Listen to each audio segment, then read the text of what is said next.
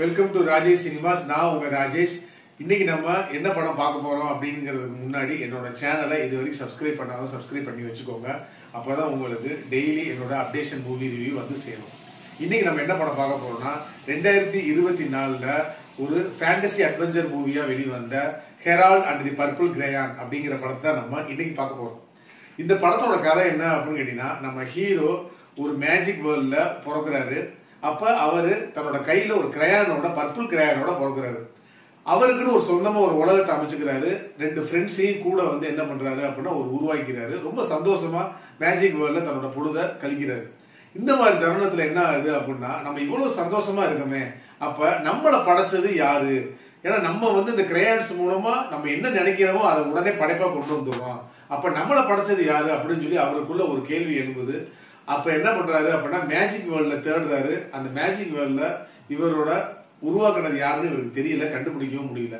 சரி, அப்ப நம்ம ரியல் வேர்ல்டுக்காவது போவோம் அப்படின்னு சொல்லி ரியல் வேர்ல்டுக்கு இவரும் தன்னோட ஃப்ரெண்ட்ஸும் ரியல் வேர்ல்டுக்கு உள்ள வராங்க.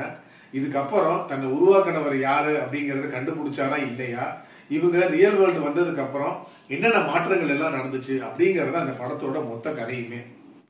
இந்த படத்தை பொறுத்தளவுக்கு ஜாக்கரி லெவிங்கிறவர் தான் ஹீரோவை வந்து பிளே பண்ணியிருக்காரு. இவர் யாரு அப்படின்னு கேட்டா, நம்ம செசாம் அப்படிங்கிற படம் வந்துச்சு பாத்தீங்களா, அந்த படத்தோட ஹீரோ தான் இவர். ஸோ இந்த படத்துல ரொம்ப அருமையா தன்னோட ரோலை அவ்வளோ அற்புதமா சூப்பரா பண்ணியிருக்காரு.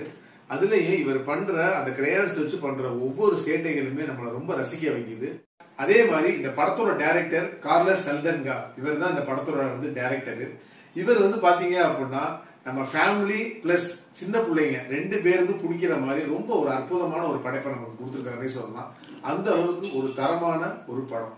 இந்த படத்தை ஃபேமிலியில இருந்து அனைத்து ஆடியன்ஸ், குட்டீஸ் எல்லாத்துக்குமே பிடிச்ச மாதிரி ஒரு தரமான ஒரு படம். இந்த படத்தை மிஸ் பண்ணாம பாருங்க. மீண்டும் அடுத்த மூவி ரிவ்யூல நான் உங்களை சந்திக்கிறேன். என்னோட சேனலை இதுவரை சப்ஸ்கிரைப் பண்ணாதவங்க சப்ஸ்கிரைப் பண்ணி வச்சுக்கோங்க.